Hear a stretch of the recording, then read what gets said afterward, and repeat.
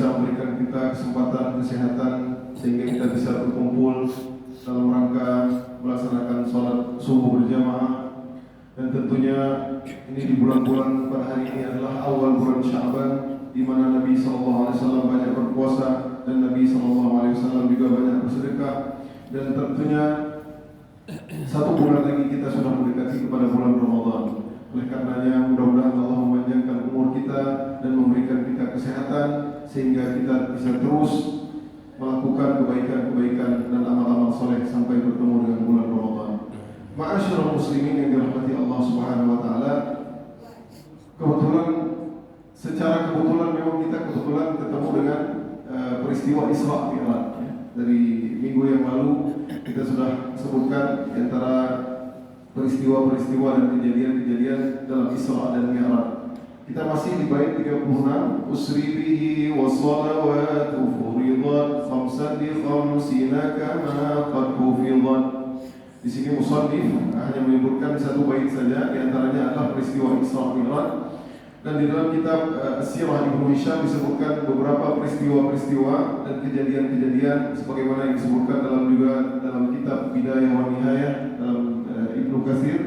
Di antara peristiwa-peristiwa ketika Nabi SAW berjalan ataupun naik burak dengan malaikat Jibril dari Masjidil Haram ila Masjidil Aqsa, maka banyak terjadi peristiwa-peristiwa. Di antara peristiwa-peristiwa yang lain yang terjadi yaitu Rasulullah SAW melihat orang yang terus-menerus kepalanya dihimpit dengan batu yang besar. Maka Nabi SAW berkata, "Ya Jibril, man haula?"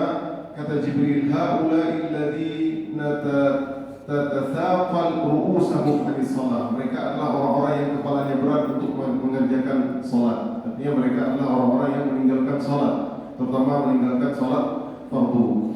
Kemudian di antara kejadian-kejadian berikutnya di antaranya adalah Nabi SAW melihat sekelompok kaum ataupun sekelompok orang yang dibelenggu di depan dan di belakangnya. Kemudian mereka digiring seperti digiringnya kambing dan unta-unta. Mereka memakan dharinya, zakum dan bebatuan dari neraka jahanam. Lalu Rasulullah SAW berkata, "Man haula ya Jibril?" Siapa mereka? Haula'i alladziina la yu'adduna shadaqati amwalihim. Mereka adalah orang-orang yang tidak mau memberikan zakat mal mereka, zakat harta mereka. Nah, ini berbahagia hari ini. Artinya ada ancaman khusus bagi mereka-mereka yang tidak menunaikan zakat mal. Kemudian kejadian berikutnya di antaranya adalah Nabi SAW melihat peristiwa yang lain, yaitu melewati sekelompok kaum yang lidah-lidah mereka itu digunting-gunting dengan gunting dari besi. Ya, ketika mereka berteriak, kemudian mereka digunting, kemudian lidahnya putus, kemudian lidahnya kembali lagi. Ya, kemudian ini pemandangan yang sangat mengerikan. Kemudian malaikat Jibril berkata, "Man haula ya Jibril?" "Haula'i khutaba min ummati ya'muruna an-nasa bil birri wa yansawna anfusahum wa hum yatluna al-kitab afala ya'qilun." Haula, mereka adalah khutaba min ummati, yaitu mereka adalah para khatib-khatib, para ulama-ulama, para penceramah-penceramah, para ustaz-ustaz, para kiai-kiai dari umatmu, yang mereka menyuruh kepada ma'ruf dan mereka melupakan diri mereka sendiri. Apakah mereka tidak berakal? Nah, ini nasihat buat saya tersendiri yang masih ustaz, masih kecil, ya mungkin apalagi ulama-ulama yang besar dan mereka para penceramah-penceramah tentunya, dan kondang hendaklah mereka melakukan apa yang mereka ajarkan. Nah, ini sangat berbahaya sekali. Ya, kalau seandainya para khutbah diancam dengan ancaman khusus, artinya ada di antara mereka yang seperti itu. Wallahu a'lam, ya, wallahu a'lam. Tapi ini ancaman khusus dan sangat berbahaya sekali. Kita juga apabila kita men-share, ibaratnya seorang yang men-share berita kebaikan, men-share dakwah, men-share status-status yang baik, setidaknya orang yang men-share itu dulu yang melakukan. Terkadang kita men-share tapi kita belum mampu untuk melakukannya. Oleh karenanya berusahalah, bukan tidak boleh men-share, silahkan men-share kebaikan, tapi berusahalah berdoa kepada Allah semoga Allah memberikan hidayah agar kita mampu melakukannya. Lihatlah para ulama dahulu. Seperti ada kisah seorang ulama yang dia disuruh untuk berbicara tentang keutamaan memerdekakan budak. Namun ulama tersebut tidak mau ngomong, tidak mau membicarakan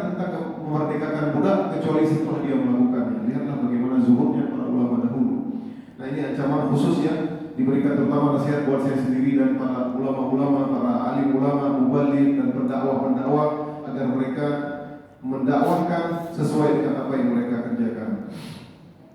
Di antara kejadian berikutnya adalah Rasulullah SAW melihat lubang kecil yang tiba-tiba keluar dari lubang yang kecil tersebut, yaitu sapi yang sangat besar. Lalu kemudian ketika dia memasukinya, lalu dia tidak mampu untuk masuknya lagi. Nabi bertanya kepada malaikat Jibril, "Man haula?"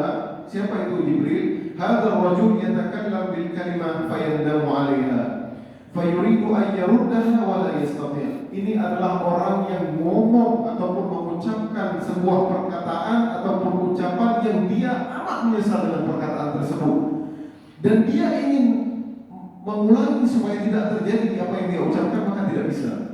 Nah, ini bahaya sekali, terutama di zaman hari ini, zaman medsos. Subhanallah, hari ini orang bisa menjatuhkan martabat seseorang yang lain, tidak hanya mesti dengan lisan terus terang, tidak hanya depan muka dia, tidak, tapi bisa saja menjatuhkan harkat dan martabat diri melalui medsos, Facebook, Instagram, apapun hari ini sudah bisa.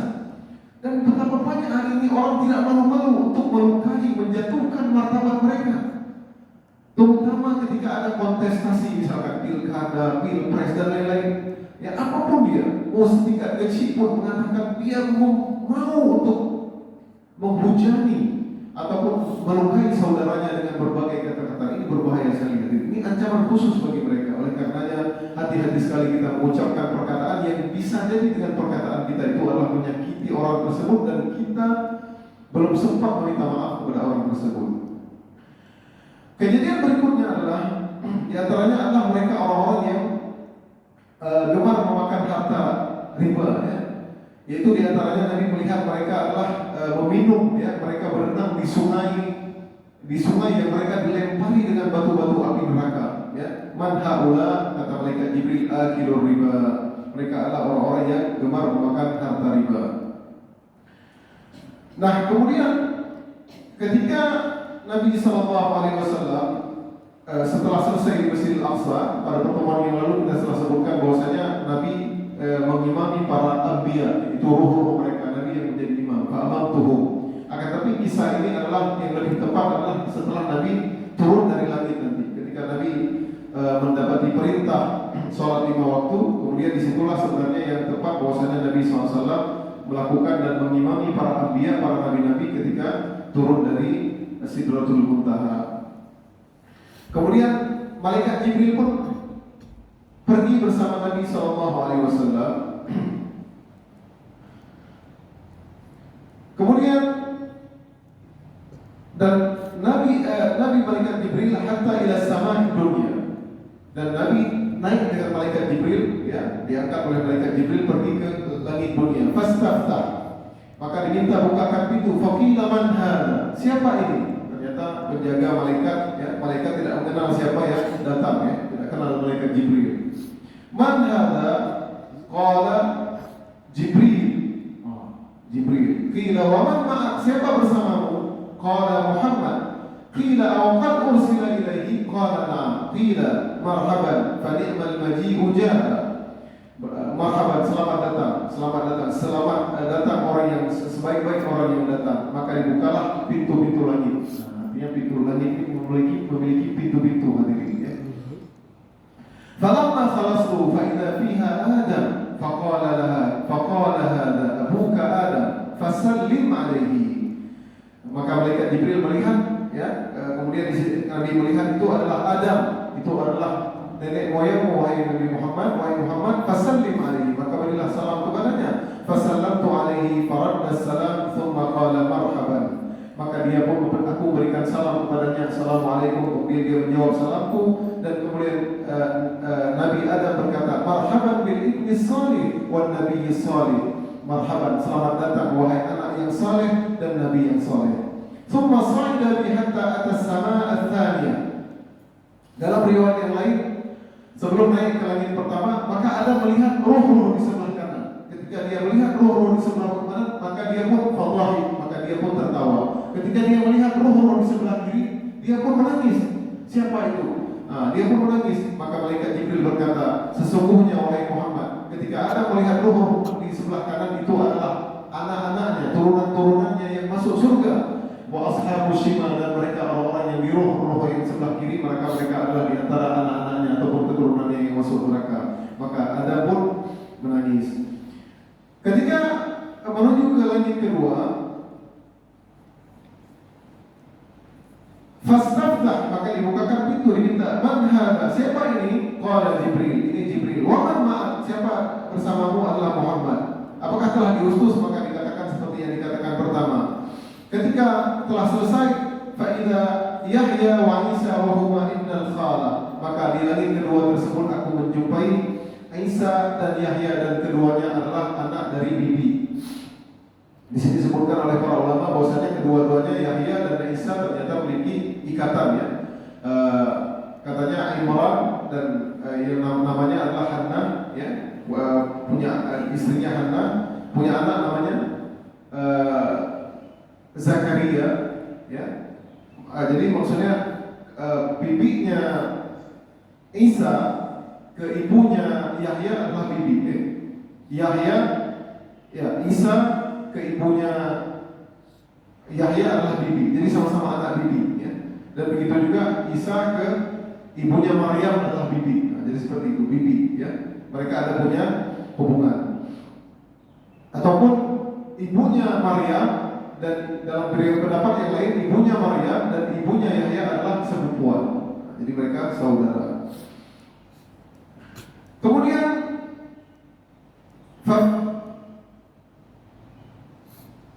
maka Nabi pun pergi, summa su'ida bi ila sama'i tsalitsa, ya. Sebelum ke langit ketiga, maka Nabi pun berkata, ya, Nabi pun berkata, sesungguhnya Isa bin Maryam mirip seperti seorang sahabat yang bernama Urwah Al-Thaqafi bin Mas'ud Al-Thaqafi, ya. Yang lihat Nabi Isa rambutnya ini, ya, agak ada ikal-ikal, dan dia mirip seperti Urwah bin Mas'ud Al-Thaqafi, ya, seorang sahabat yang ganteng. Sebelum memasuki ke peristiwa langit ketiga, di peristiwa langit kedua pertama ada kejadian-kejadian yang disampaikan oleh Nabi Muhammad SAW, yaitu diantaranya kejadian-kejadian yang penting diketahui pada langit pertama, yaitu diantaranya adalah Nabi SAW ketika di langit pertama diperlihatkan bahwasanya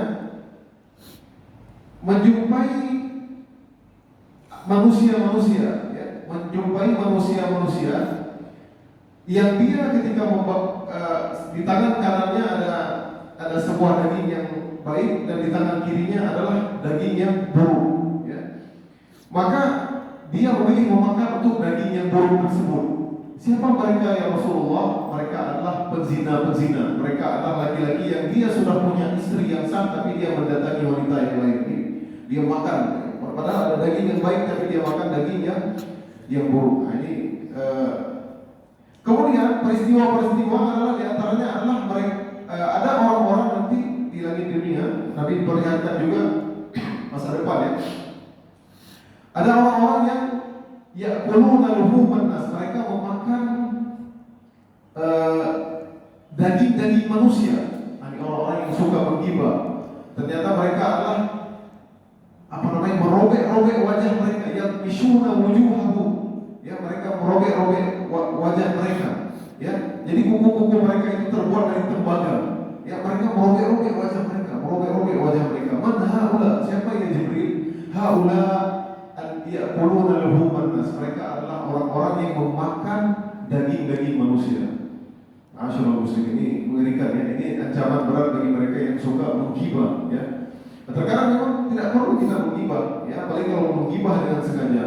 Nah, para ulama membedakan di sini. Tentu kalau seandainya memang harus kita mengatakan sesuatu yang dia tidak suka, tentu ada maslahat. Itu berbeda kalau seandainya ada maslahat. Tapi kalau tidak ada maslahat, kalau bisa kita tidak menggibah, maka janganlah kita untuk menggibah, apalagi kita menggibah terhadap sesuatu yang tidak betul, ya. Hendaknya kita lebih suka untuk, kalau kita sering duduk sama teman-teman yang suka menggibah, maka janganlah kita ikut-ikutan, karena yang mendengar gibah juga sama. ya, orang yang bergibah, mendengar gibah, ya, maka mereka akan merasa kenikmatan, ya. Maka seringlah dulu kepada orang yang suka, ya, mengajak kita traktir, mungkin, ya. Karena kalau orang bijak mentraktir untuk memakan hartanya, memakan tubuhnya manusia, sedangkan orang yang menggibah adalah yang mentraktir, maka dia, insya Allah kita akan bahagia seperti itu. Kemudian di antara di perjalanan lagi pertama, Nabi melihat orang-orang yang ya'kuluna amwalal yatama, ya, mereka adalah ancaman khusus, ya, mereka orang-orang yang memakan harta anak-anak yatim. Nah, ini mereka berbahaya sekali, ya, mereka diancam, ya, diancam dengan neraka jahanam, ya. Nah, jadi mereka memiliki mulut, ya, mulutnya seperti mulut unta. Ya, mulutnya besar, kemudian memakan api dengan bara, kemudian api tersebut yakhrujuna min duburihim, keluar dari duburnya.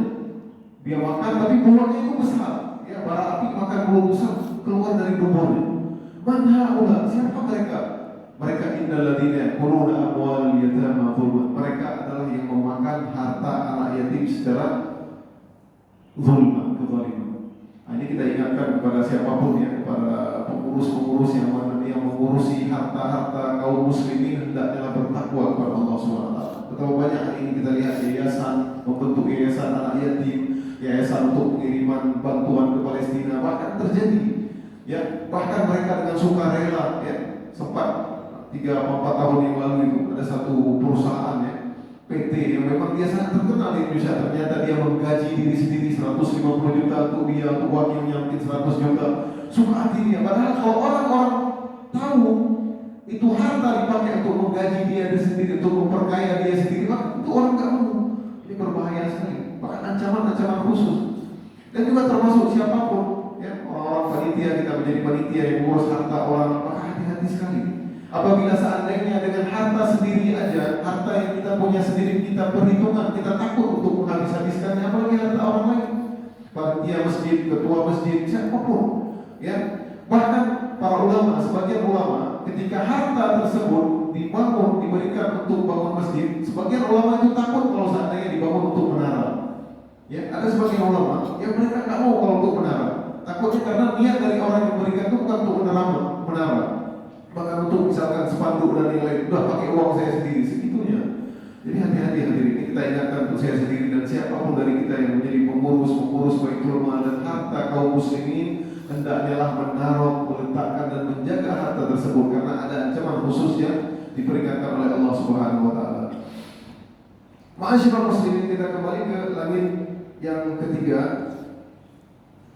Fastaftah, bersiapa bersamamu, sama seperti tadi, saya Jibril dan kemudian Muhammad, marhaban, selamat datang, fa'ni'mal maji'u ja'a. Maka dibukakanlah pintu ketiga, pintu langit yang ketiga. Idza Yusuf qala hada Yusuf, ini adalah Yusuf, ya, ini adalah Nabi Yusuf. Maka Nabi mengomentari Nabi Yusuf ketika Nabi melihat Nabi Yusuf, qad uti syatrul husna, maka sungguh Nabi Yusuf telah diberikan setengah dari ketampanan. Masya Allah, jadi setengah. Dalam para ulama mengatakan kalau seandainya ada ketampanan 100%, setengahnya untuk Nabi Yusuf, ya. Kita seberapanya, ya. Ya, mungkin setengah Nabi Yusuf, kemudian Nabi Muhammad, orang-orang Arab, orang Indonesia, ya, nggak tahu berapa persen, ya, subhanallah. Jadi subhanallah Nabi Yusuf, ya. Makanya nggak ada dari kita, ya, apabila kita berjalan, ibu-ibu pada terpotong-potong tangan seperti itu. Baik, kemudian lanjut ke hatta atas sama ar-rabi'ah. Lalu malaikat Jibril naik terus ke langit keempat. Fastaftah, maka dibukalah. Man hada, siapa ini? Ini Jibril dan bersama Muhammad. Fani'mal maji'u ja'a, maka dibukalah. Fa'idha Idris, dan di situ ada Idris. Qala hada Idris, fasallim alaihi. Ini adalah Nabi Idris, maka berilah salam kepadanya. Kemudian Nabi Idris pun berkata, marhaban bil akhi salih wan nabi salih. Kemudian naik ke langit berikutnya, yaitu ke langit ke-6. Fastaftah. Qila man hada, siapa ini? Ini adalah sama seperti tadi. Kemudian di langit ke-6 Nabi SAW menjumpai Nabi Musa. Fasallim alaihi. Nabi Musa. Maka Nabi Musa pun menjawab salam kepada marhaban bil akhi salih wan nabiy salih. Selamat datang Nabi yang saleh dan saudaraku yang saleh. Falamma tajawaza baka. Ketika Nabi mau naik ke langit ketujuh, maka Nabi Musa nangis. Qila lahu ma yubkika? Apa yang membuat kamu menangis wahai Nabi Musa? Kata Nabi Musa, abki li'anna ghulaman bu'itha ba'di yadkhulul jannah min ummatihi aktsaru mimma yadkhulaha min ummati. Sesungguhnya aku melihat ada anak-anak muda, ada pemuda yang dia diutus setelahku dan umatnya masuk surga lebih banyak daripada umatku. Ini Nabi Muhammad SAW ya. Jadi kemuliaan. Jadi ada umat yang paling banyak nanti. Ya, bahkan dalam hadis yang lain umat yang paling banyak masuk surga umat Nabi Musa.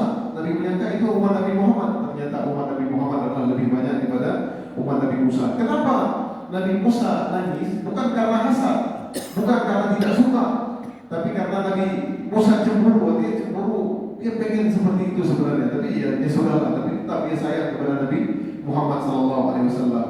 Karena keutamaan dari umat yang banyak, maka pahalanya semua kepada Nabi Muhammad SAW. Hari ini semua salat kita, semua zakat kita, semua sedekah kita, semua kebaikan yang kita lakukan, semua kepada Nabi Muhammad SAW.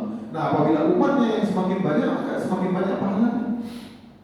Begitu juga seorang yang mengajak seorang masuk Islam, tiba-tiba melalui tangannya masuk Islam, semua apa yang dia lakukan, pahalanya kepada orang yang memberi hidayah tersebut. Maka luar biasa hadirin.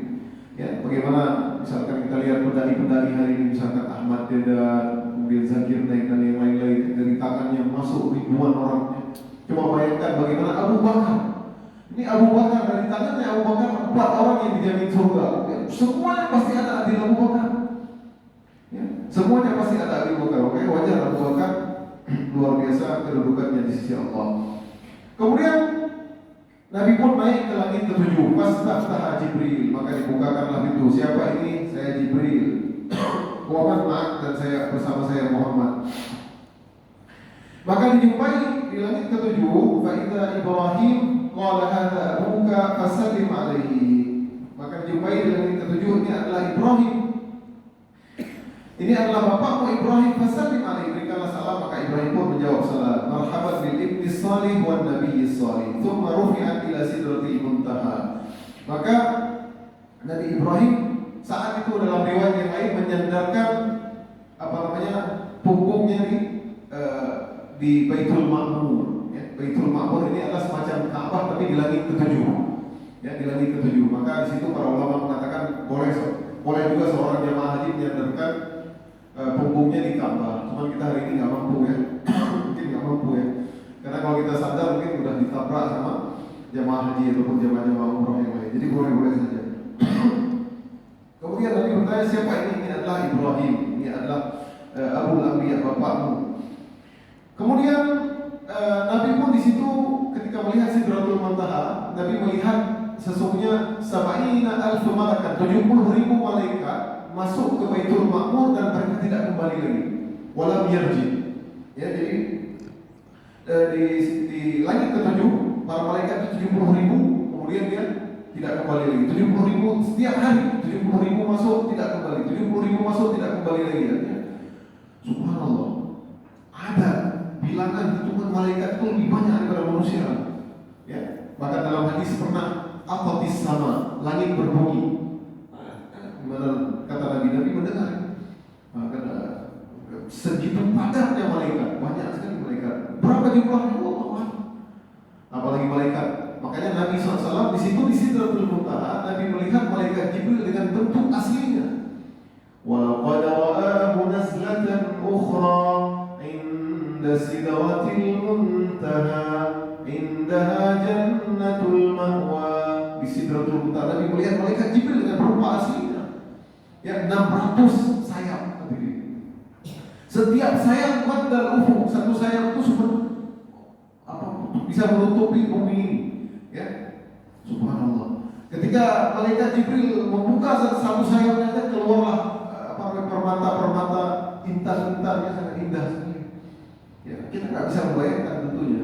Ya, tapi Nabi SAW melihat kali kedua dengan bentuk yang asli malaikat Jibril. Jadi malaikat ada yang punya satu sayap, uli ajnihatin, ya, dalam surat Fatir. Alhamdulillahi fatiris samawati wal ard ja'ilil malaikati rusulan uli ajnihatin mathna wa thulatha wa ruba' yazidu fil khalqi ma yasha. Dalam surah Fatir, malaikat itu ada yang 2 sayap, 3 sayap, 4 sayap, dan ada yang sayap-sayapnya banyak. Dan Jibril memiliki 600 sayap. Ini gak bisa kita bayangkan lagi. 1 sayap, 2 sayap, 3 sayap, 4 sayap. Kalau 5, 600 bagaimana? Tidak bisa kita bayangkan ya. Apalagi kita disuruh bayangkan surga, apalagi disuruh bayangkan Nabi Yusuf saja tidak mampu, apalagi disuruh bayangkan bagaimana wajah Allah. Ya, cukuplah nanti insya Allah di surga kita akan melihat Rabbul Alamin. Kemudian Nabi diperlihatkan surga. Nabi diperlihatkan surga sampai melihat kenikmatan-kenikmatan yang ada di surga. Di antaranya adalah Jannatun tajri tahtihal anhar, tajri min tahtihal anhar. Jadi tanah di surga itu bukan tanah seperti kita ya, dari apa namanya, dari emas ya. Kemudian air sungainya itu bukannya sungai di bawah tanah, para ulama mengatakan, tapi sungainya itu di bawah pohon-pohon langsung.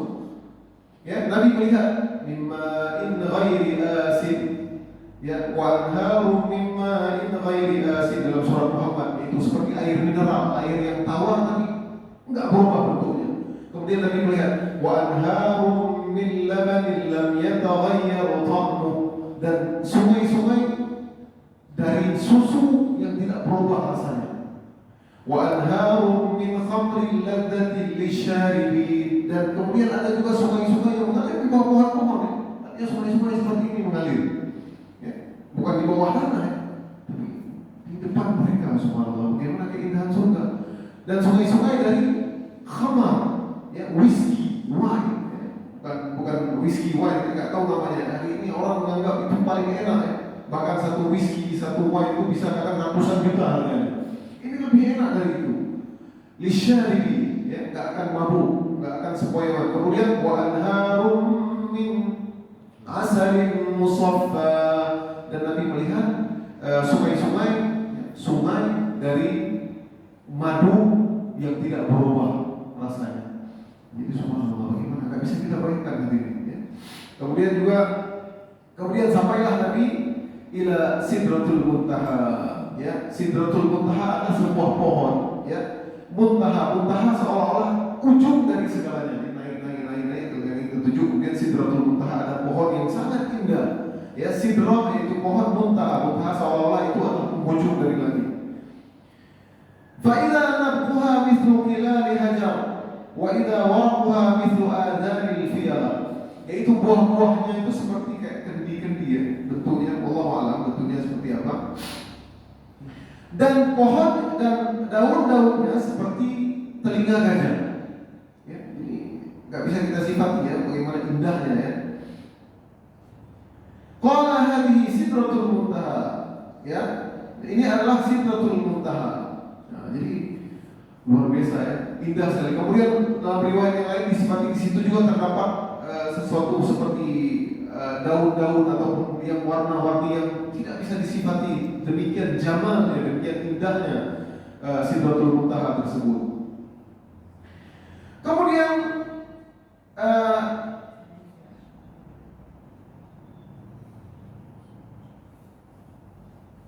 Nabi pun bisa kemudian tiba-tiba datang Nabi pun naik lagi. Kemudian malaikat Jibril kata akhar.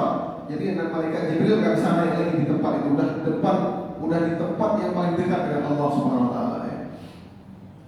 Fafuridha 50 salatan kulla yawmin. Maka tiba-tiba Nabi diwahyukan oleh Allah Subhanahu Wa Taala, dan kemudian ya Nabi dengan sangat dekat. Wallahu a'lam sedekat apa? 50 waktu salat. Ya, 50 waktu salat. Nanti 50 waktu salat diwahyukan. Ya. Maka Nabi langsung terima. Ya, Nabi langsung terima. Faraja'tu famaratu ala Musa. Nabi turun ke langit ke-7, ya. Nabi ke langit ke-7 ada Nabi Ibrahim. Nabi bilang apa? Pas ke langit ke-6 ada Nabi Musa.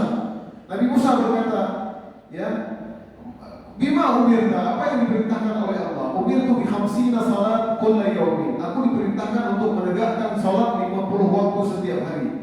Qala kata Nabi Musa, inna ummataka la tastati' 50 salatan. Umatmu enggak sanggup 50 waktu. Wa inni wallahi qad jarrabtu an-nas qablaka wa alajtu bani Israil ashadda al-mu'alaja. Farji.